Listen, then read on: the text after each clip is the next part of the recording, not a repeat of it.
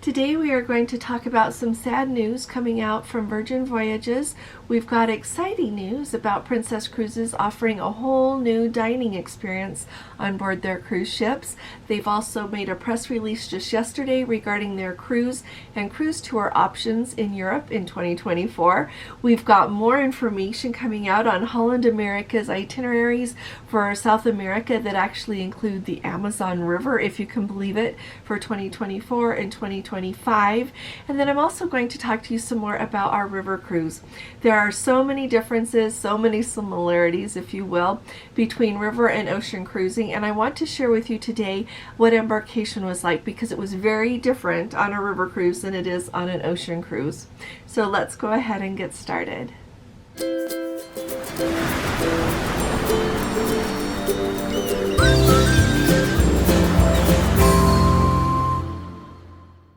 Hi there, this is Allison with Let's Go Travel Tips. Today is Tuesday, it's April 4th of 2023, and as you can see, we are back at headquarters. We got home really late last night, had to drive through a really an enormous blizzard to get home, and so the weather here is supposed to warm up towards the end of the week and be beautiful into next week. So I hope that all of you where you are staying warm, that you get some springtime sometime. As you maybe noticed when you saw us on our river cruise, it was really cold and rainy. It snowed in Vienna. It was very unseasonably cold weather there as well, but we still had a splendid time. So first of all, I want to pause for a minute and let you know the news you may have heard it somewhere else already. On Virgin Voyages, they had a cruise that set sail, and they were heading from Miami, where they sail from, and they were heading down to Roatan, and not long after they set sail, a passenger fell from their balcony down to a lower deck, and it was a fatal fall for them. It says that when they fell on top of another passenger, and luckily that passenger was not badly injured, but the passenger who fell did pass away. So there's a couple of reasons why I felt like I would include that today. First of all, I think it's really important that we all send our good thoughts and our prayers for their family. I know this has got to be just an awful, awful time for them, and so I thought they could use our thoughts and our prayers. The other thing is this side of me that, I worry about you all. Remember to be so careful. I know that when I get on board a ship, I am so excited to see everything and just experience it all and try to get the best view I can of everything. And so just remember to always be so careful so that you don't accidentally fall from somewhere. I know that my heart really goes out to their family and to that passenger. And so I thought, thank you all for being with me in this. I appreciate it. Now, on to something a little happier. Princess Cruises I first saw it on Instagram, an announcement about this new dining experience that they are going to have available in the Crown Grill. And then I've seen lots more news reports on it. And so what they are going to start doing is in the Crown Grill, they are partnering with Caymus, C-A-Y-M-U-S, I hope I'm saying that right, Caymus Vineyards, and they're going to have a winemaker dinner available in the Crown Grill. And what they're going to do is pair the special wines that Caymus Vineyards makes with the menu items in the Crown Grill. It is supposed to cost around $140 per person, and they can apparently seat up to 12 people at a time to do this. It sounds like it's a whole new take to me. On the chef's table that they offer in the main dining room, there you have a very special dinner, and if you choose to have the wine with it, then they very carefully pair what you're going to eat with what you're going to drink. And it sounds like it's the exact same thing, just in a different venue there in the Crown Grill. It also says that Caymus Vineyards is going to help revamp a little bit of the menu for some of the offerings that will be made there in the Crown Grill. So that's going to be kind of fun, I think, for everyone to see, not just people that do that special dinner, that winemaker dinner, but also just eat dinner in the Crown Grill. It'll be fun to see if there are some different offerings as a result of that partnership there. So it says that we should start seeing this roll out just in this month, in April of this year, and hopefully it will be available on all of the ships by the end of May from the reports that I've read about it. One thing that I did think was really interesting is one of the reports that I read says that Princess Cruises introduced the winemaker's dinner on the Royal Princess Clearback in 2013 in the Crown Grill as part of the ship's specialty, and since then even more ships have added that. So have any of you experienced anything like this? As you probably know, if you've been around here long, Gordon and I don't drink alcohol, including wine, but it doesn't mean that I just have not heard of this offered, and so I wasn't sure if they started doing it in 2013 and then it went away a little bit and now they're bringing it back, or if something similar has been offered all of this time. So I thought that that would be a really helpful, any of you who have experienced this, let us know. It will be really fun to hear. I know that we have lots of Let's Go family members who very much are wine connoisseurs, and you will probably really enjoy this option. It sounds like another way that Princess is trying to increase the elevate the level of the experiences that you have on board. It seems like experience-driven entertainment is what we are seeing so much, and not just entertainment but travel. Just experience is the really big marketing byword these days. Experience is really leading, I think, what a lot of the marketing people decide and what they're hoping to present to their passengers so that they want to return again. Sounds like this is another wonderful offering. So I'm so excited to see how it turns out for everyone. Now, another thing that is really exciting to me is Princess did a press release just yesterday, April 3rd. I saw it when we were flying home, and they call it Adventures in Europe Abound with 2024 Cruises and Cruise Tours from Princess. So those of you who are new, the Sun Princess, Princess's brand new ship, is due to set sail February 8th of 2024, and she is really going to kick off that whole season over there. That is early for Mediterranean cruises historically from just regular ocean cruise ships, and so that's going to be the kickoff really to the European season for Princess next year. And it is a Mediterranean cruise that her first 3 cruises will be, and then she will stay there for the whole season and then come back. She's due to come back and sail from Port Canaveral for the winter time next year. But I thought it would be kind of fun to let you know that Princess is sailing from the Mediterranean, Iceland, the British Isles, and Scandinavia. They're going to have 5 ships in Europe next summer. To me, that's huge. That's wonderful. They're going to have 162 different departures with 85 unique itineraries and 130 destinations in 34 different countries in Europe. So if you have looked, and I have looked a lot at the itineraries that Princess has in Europe for next year, you will notice, sometimes, at least it seems to me, that a lot of years you would see the same thing repeated over and over and over and over again the whole season on a ship. It is very much not that way next year. So if there is a certain cruise that you want to take, you will look and find that, and then you will figure out if you can go the times that that cruise is offered, because it's not just over and over and over again. So keep your eye out on that. So the Sun Princess, like I said, she is going to start off on with that the 10-day inaugural cruises that she's going to do, and then throughout the season she's going to have some that are 7 days, and then you can add cruises to it, to turn them into longer voyages if you would like. The Island Princess is going to be doing 10-day voyages throughout the Mediterranean, and you can combine them, of course, and turn them into 20-day voyages if you want to do back-to-backs. And they do point out that Island Princess, like every year, at the end of October and beginning of November, she does usually 2 sailings that include the Holy Land. So if you really want to go on Princess, and you really want to be able to go to Israel, that's the time to go. Now, I have noticed those. Gordon and I actually had one of those booked in 2020, so we rolled it to 2021, and then we had to roll it to 2022, and then in 2022 we couldn't go in that window anymore. And they have an overnight. That's the way Princess does it. There is an overnight there so that you get 2 days in Israel. The end point is 2 days in Israel you get. So the reason that we chose Celebrity for our group cruise, that sails on October 11th of 2024. If you would like to come with us, just send me an email. You get 3 days in Israel on that and 2 days in Egypt. You also get, it's round trip out of Athens, and you also get to stop in Ephesus. So it's an amazing itinerary, especially as affordable as it is.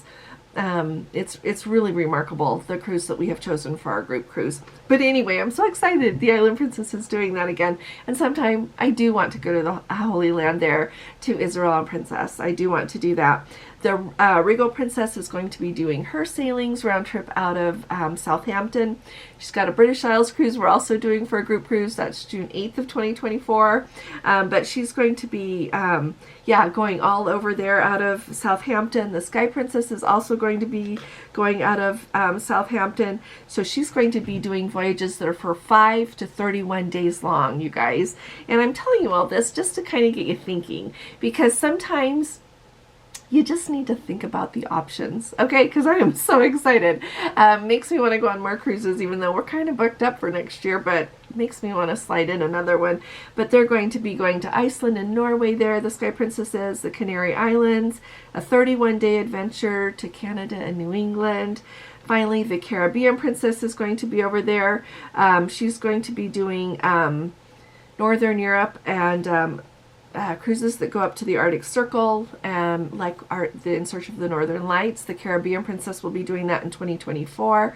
That's the one we are doing this year, sailing on October 4th of 2023 as our group cruise. And so she'll be doing that. And there's also a 16-day cruise that goes to Iceland and Greenland. Okay, so I think that's really exciting. So there's a lot of options with Princess.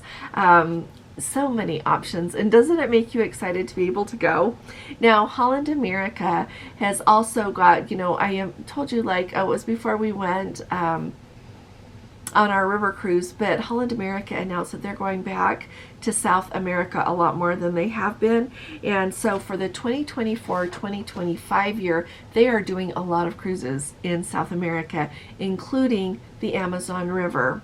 So their announcement is that from November of 2024 through March of 2025, the Oosterdam is going to be offering cruises 14 to 22 days long, and they're going to places like visiting like Machu Picchu. They're going to go around Cape Horn. They're really, also Holland America, they are working on that experience. They know that people want experiences when they go on these cruises, so they are going out of their way to make these new itineraries to more remote locations.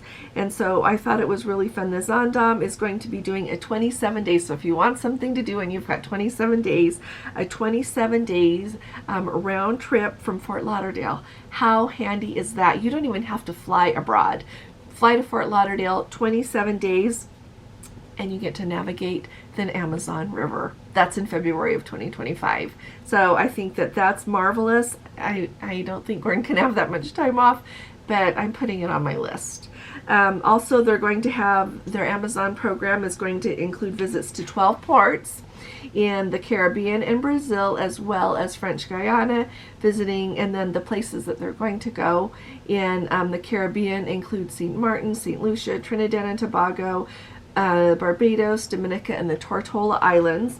And then finally, they are going to be doing those cruises down to Antarctica, where you leave out of Santiago, Chile there, which is the port with what do they call that port? Valparaiso.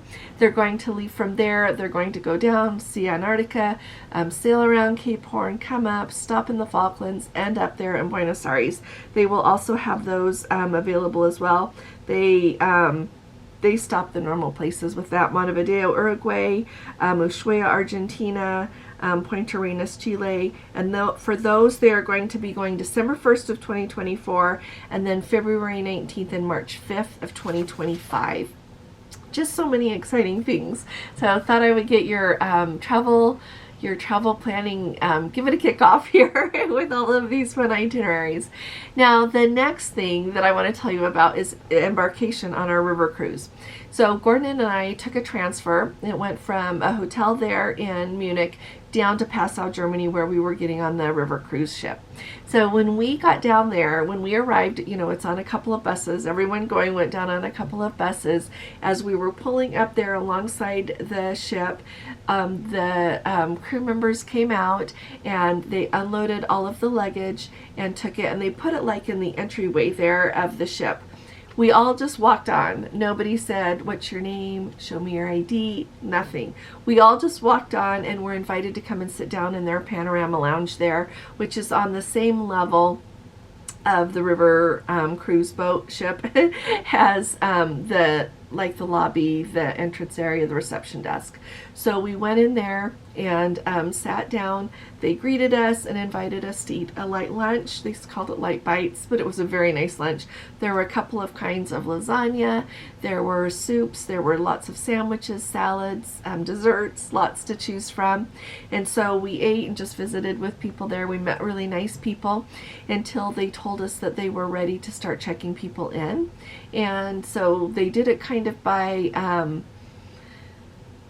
like room number. They said, if your room, you know, is in the 300s or whatever, go over to the desk. So we went over. You just had to show your passport and get checked in, and then they handed your room keys to a crew member who took you directly to your cabin. Really nice.